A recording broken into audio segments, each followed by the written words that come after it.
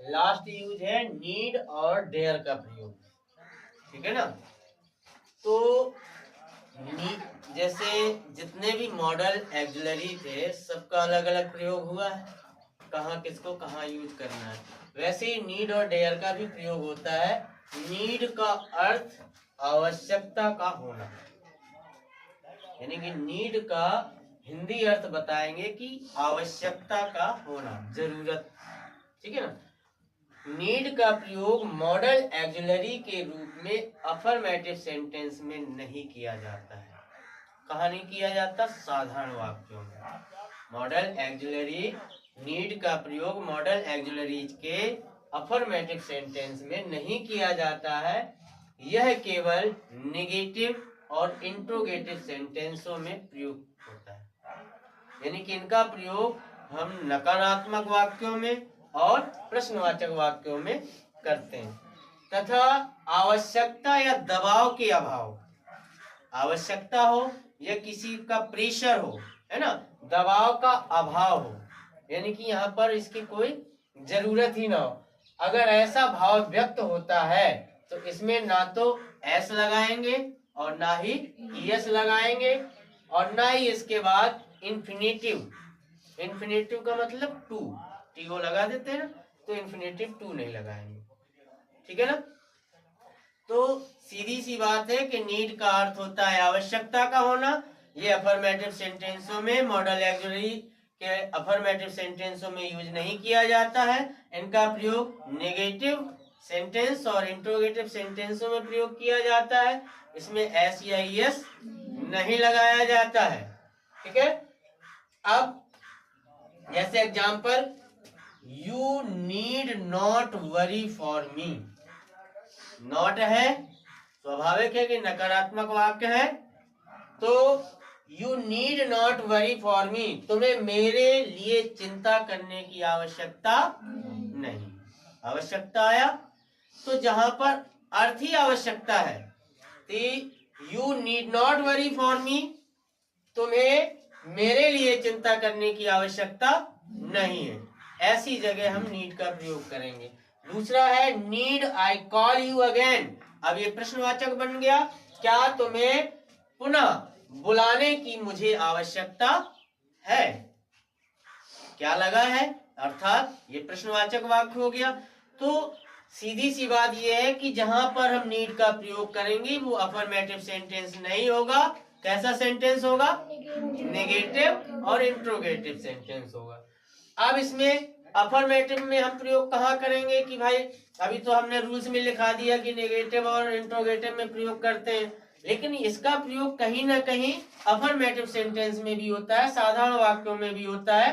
तो वो कहाँ होता है? नीड का प्रयोग जब नीड का प्रयोग कहाँ हो? फुल फॉर्म, फुल वर्ब की तरह होता हो, यानी कि पूर्ण वही वर्ब का काम करता हो। नीड मीन होती है जरूरत या आवश्यकता।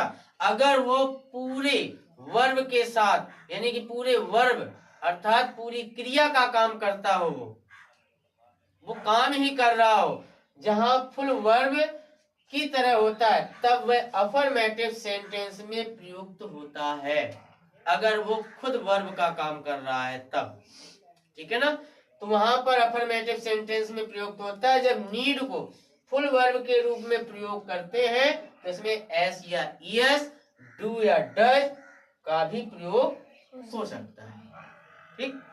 अब जैसे एग्जांपल, ही needs some money. Needs mean हो गई आवश्यकता, जरूरत, ये क्रिया का काम कर रहा है, फुल वर्ब है। तो ही नीड्स सम मनी, उसे कुछ धन की आवश्यकता है, आया यहाँ पर। तो ऐसे अफर्मेटिव में जहां वो वर्ब का काम करे, क्रिया का काम करता है, वहां पर हम नीड का प्रयोग करेंगे और इसके बाद हम इसमें एस या एस, डू या डज लगा सकते हैं, ठीक है। जैसे दूसरा है, he does not need any money. अब यहाँ पर नीड वर्ब का काम कर रहा है, जरूरत। He does not need any money, उसे किसी धन की आवश्यकता नहीं है, ठीक है ना। तो ऐसे अफर्मेटिव सेंटेंसों में हम नीड का प्रयोग करेंगे जो खुद वर्ब का काम करे। कौन? नीड। नीड ही क्रिया का काम करता है, वहां के अफर्मेटिव सेंटेंस में हम यूज कर सकते हैं, लेकिन उसमें एस या ईएस, डू या डज लगाया जाएगा। अब दूसरा है डेयर। डेयर का प्रयोग, डेयर का अर्थ है साहस करना, ठीक है ना, किसी चीज का साहस करना या हिम्मत जुटाना। डेयर का अर्थ है साहस करना। डेयर का प्रयोग साहस के लिए तथा चुनौती के लिए प्रयोग करते हैं। जहां पर कोई साहस का भाव हो, साहस की बात की गई हो या कोई चुनौती दी गई हो, वहां पर अगर ऐसे वाक्यों में सेंटेंस आता है, ऐसे सेंटेंसों वाले वाक्य आते हैं, तो वहां पर क्या हम डेयर का प्रयोग करेंगे। जैसे you dare not come here, you dare not come here. तो यानी कि इसका मतलब क्या हुआ,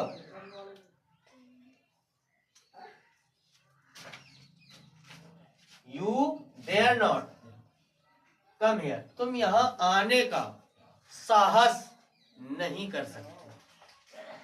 समझ रहे हो ना, यानी कि साहस अर्थ आना चाहिए, तुम यहां आने का साहस नहीं कर सकते हो। I dare you to return my money at once। तुम एक बार में मुझे मेरा पैसा वापस नहीं कर सकते। ये चुनौती है भाई। जहां वहां बहादुरी का काम है कि तुम्हारा यहाँ आने का साहस नहीं है, तुम यहाँ नहीं आ सकते हो, तुम्हारा यहाँ आने का साहस तुम नहीं कर सकते हो, तो ये साहस वाली बात होगी।